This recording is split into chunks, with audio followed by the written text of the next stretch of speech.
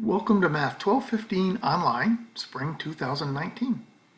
Once you get your MyLab account created and you get into the course, you should see a page that looks very similar to this. Probably the first thing you want to do here is click on this browser check. This is going to make sure you have all the freeware installed on your computer that you need. Green check means you're good to go. Without a green check, click on these Install Now options. It will take you to a website where you can install the software that you need. Next thing to do is how to enter answers.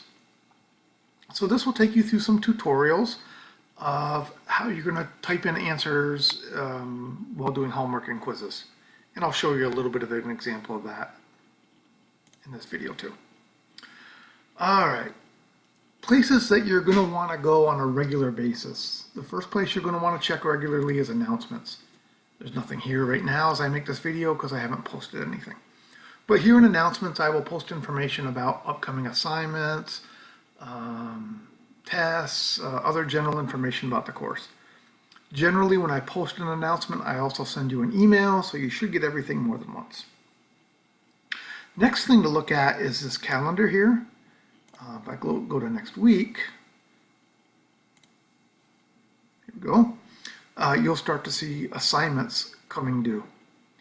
Typically assignments are going to be due on Monday and Thursday.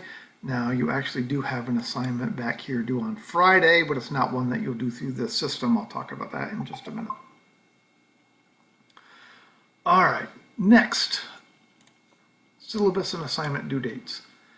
You might want to take a look at the syllabus, read through the important information like the grading policies so you know how grades work.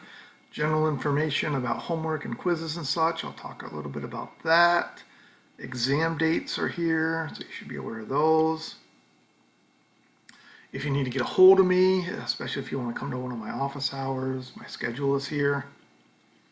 But probably the most important thing is down at the end. This will give you a list of everything we're going to cover this semester and the day that it's due. So you'll see the first thing to do is do Friday, the first week of class, using the graphing calculator. And then we start doing quizzes on the MyLab system, and then you have something called problems of the week. We'll talk about those in a minute here too. First exam comes February 27th. So anyway, you might want to print this part of the syllabus out and post it somewhere where you look at it regularly, or maybe even better, put all these dates into your calendar so that you have everything and you know it's there. All right, so you've gotten into the course and you're ready to do some work. What you want to do is go to video lectures. The first assignment you're going to have is Graphing Calculator Basics. So you'll click on this and this will open a video that I created about how to use your graphing calculator. So you'll go through and watch that video. Once you're ready to do this assignment, you will go to Files for Material Not in the Book.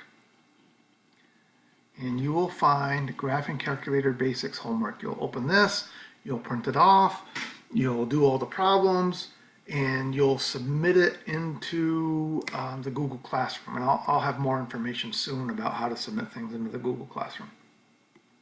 So that's your first assignment. That's due Friday the first week. Now, for most of your other sections, you're going to go to video lectures. You'll watch the video for section 5.5. Once you've watched that, you'll go in here to assignments. And you'll see that there's homework. So you need to do the homework. This one has 6 questions, not too long.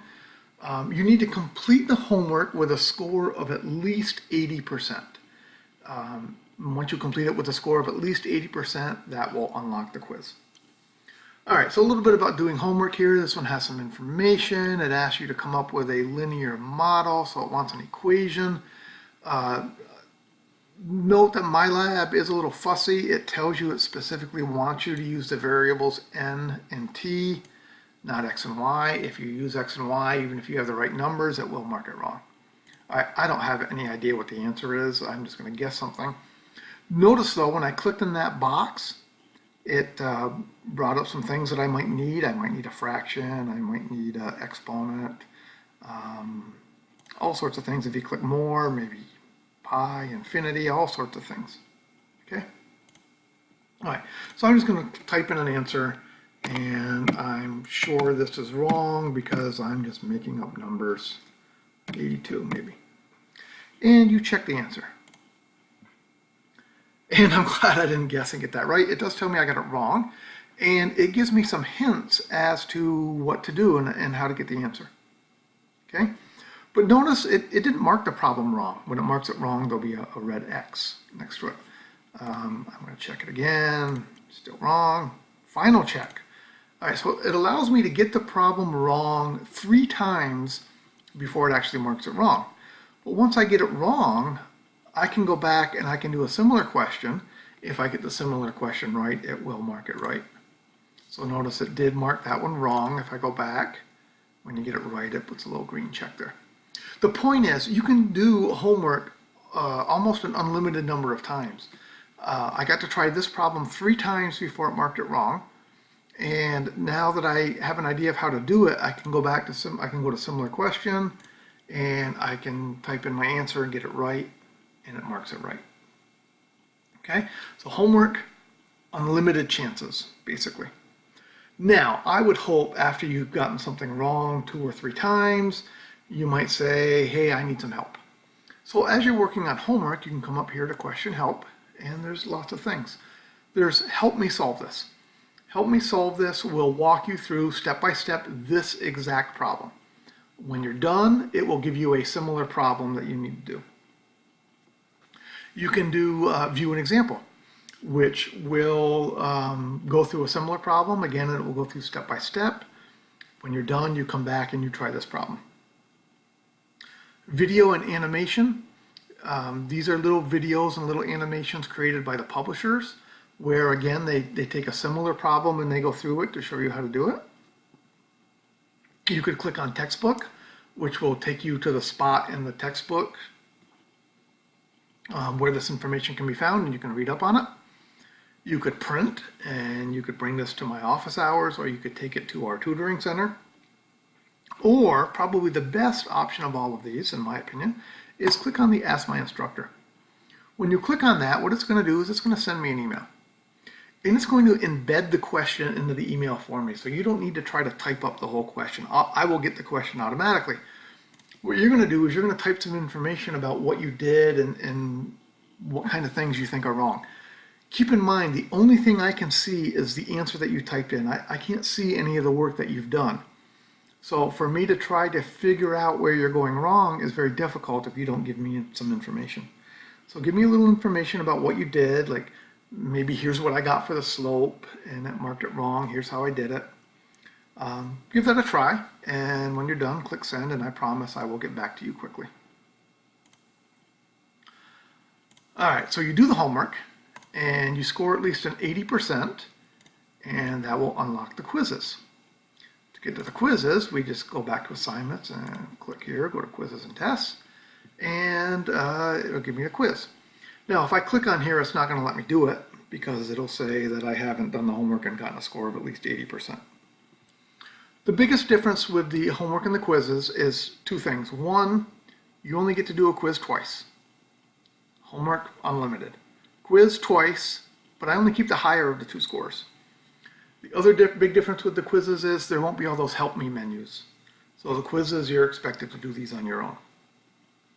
What I would strongly recommend you do is take the quiz the first time without using any notes, without using any guides, without using any aids.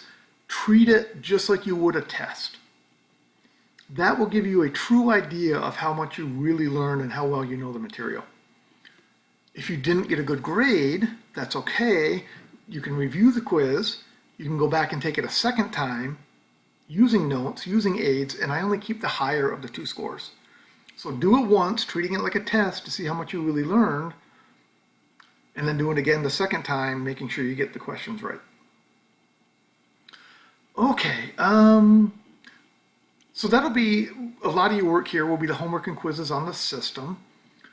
About once a week, you're going to have some specific problems that you covered in the week that you're going to print off. You'll do these by hand and you'll send them to me. You're going to submit these through Google Classroom, and I will have information for you about that soon. All right. The last thing you might want to take a look at here is multimedia library. I'm just going to pick a section here at random. So what's available in the multimedia library is your textbook and videos that are created by the publisher and some other things, but students have told me in the past these are the two most useful things. So if you didn't buy a textbook, if all you bought was an online code, that's fine. Your entire textbook is here. These are short little videos made by the publisher that talk about specific topics. So the videos that I made here under video lectures, they tend to be kind of long. It's usually like a whole class. Maybe that's too much for you. Some students have told me they find these much more useful. I've watched a lot of these videos that were created by the publisher, and they're really pretty good. So up to you to determine what's going to work best for you. Either one is fine by me. All right, the last thing I'm going to say is there will be times when you have questions. And it's really, really important that you address those questions immediately. Don't wait until things really snowball. If you have questions, it's important that you send me a help request right away, or you go to our tutoring center, or in a little bit here I'm going to post information about some online tutoring that we also have available through the college. It's very, very important that you get help right away, that you don't let things really build up and become an issue. The other thing I'm going to say that I have found about successful online students, they work on the class every single day. Generally, you're going to have assignments due Mondays, Thursdays, and Sundays. If you only work on the class Monday, Thursday, and Sunday, you're probably not going to be successful. There's just too much material to sit down and do in one day. You really need to carve out a little bit of time every single day to work on this class. If you're waiting to the last minute to do assignments, you're going to find you're not going to have enough time to complete them. And if you're sending me help requests at, say, 10:30 at night or later, there's a good chance I won't respond. Okay?